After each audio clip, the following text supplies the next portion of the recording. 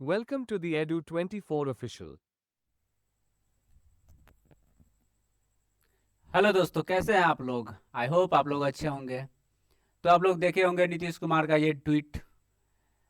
ये ट्वीट 4 अगस्त को आया है, लेकिन डोमिसाइल के लेकर ये ट्वीट जो किए हैं नीतीश कुमार, हमारे माननीय मुख्यमंत्री, इसके जो डोमिसाइल का जो नियम है उसको सही सत्यता की जांच करने के लिए हम लोग थोड़ा वेट कर लिए हैं इसको कि क्या कैसे दिया है।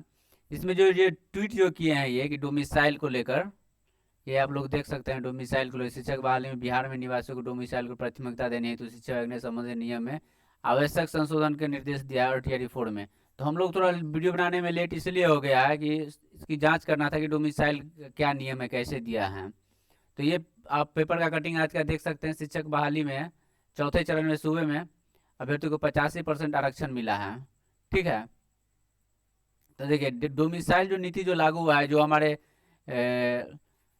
माननीय मुख्यमंत्री साहब जो दिए हैं, इसके लेकर आप सभी बिहार के बच्चों को बहुत बहुत बधाई।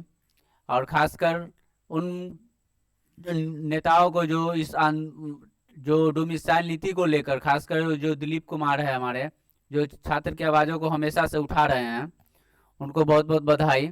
और बिहार के सभी छात्र छात्राओं को बहुत बहुत बधाई है इस डोमिसाइल को लेकर। तो आइए हम बताते हैं आपको कि डोमिसाइल नीति कैसे कैसे लागू हुआ है, क्या क्या इसमें प्रोसीजर है। ये आप जो अति आया है आप देख सकते हैं। इसका अधिसूचना जो आया है उसमें आप देख सकते हैं, ये अधिसूचना कल का है।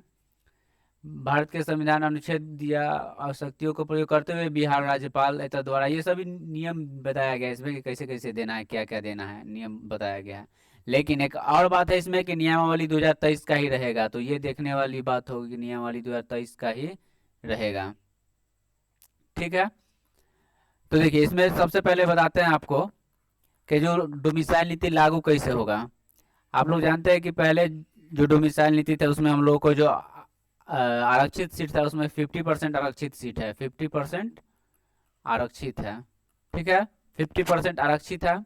उसके बाद 10% आपका EWS है, EWS है। टोटल कितना, टोटल हो गया आपका 60%। तो आप लोग पेपर में देखेंगे कि बहुत लोगों को ये समझ में नहीं आ रहा है कि 60-40 क्या है। 60-40 का जो परसेंटेज है वो क्या है, पेपर में बहुत जगह दिया हुआ है। तो ये 60% आरक्षित है सीट, जो बिहार के ही बच्चों के लिए है।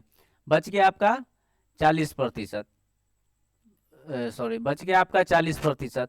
अब इस 40% में 35% महिला सीट है, आरक्षित कर दिया है, कर दिए हैं हमारे माननीय मुख्यमंत्री साहब। महिला आरक्षण है। ठीक है, और इसी 40% में जो 35% के बाद जो 65% बचता है उसमें आपका जो बिहार से शैक्षणिक योग्यता प्राप्त है, मैट्रिक इंटर है, उसको वरीयता दिया जाएगा। ठीक है, उसको वरीयता दिया जाएगा। और उसको वरीयता देने के बाद, उसको वरीयता देने के बाद जो सीट बचेगा उस पर फिर बाहरी और यहाँ के कैंडिडेट इस पर लड़ेंगे। तो यही कंडीशन है कि इसमें 60% हम लोगों को पहले से आरक्षण मिला हुआ है EWS को इसमें ऐड करके। और 40% में जो 35% महिला आरक्षण है, और 40% में जो 35% महिला आरक्षण देने के बाद जो 65% इसी में 40% का बचा है, इसमें भी जो यहाँ के शैक्षणिक योग्यता प्राप्त है मैट्रिक इंटर की उसको वरीयता दिया जाएगा 40%। उसके बाद जो सीट बचता है वो आपको उस पर सभी बिहार के और बिहार के बाहरी जितना भी छात्र छात्राएं हैं वो सब आप इस पर लड़ेंगे। तो टोटल ऐड करके आप अगर देखिएगा सभी चीज़ों को तो लगभग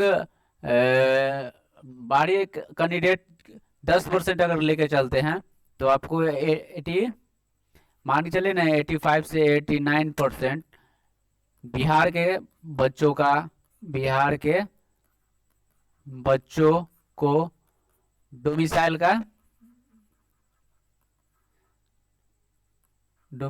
का बात आप लोग देखे होंगे कि TRE 5 का भी जिक्र है, TRE 5.0 का भी जिक्र है। इसलिए आप लोग बेहतर से तैयारी कीजिए। और डोमिसाइल लग गया है आप लोगों को, और बिहार के सभी छात्र छात्राओं को बहुत बहुत धन्यवाद।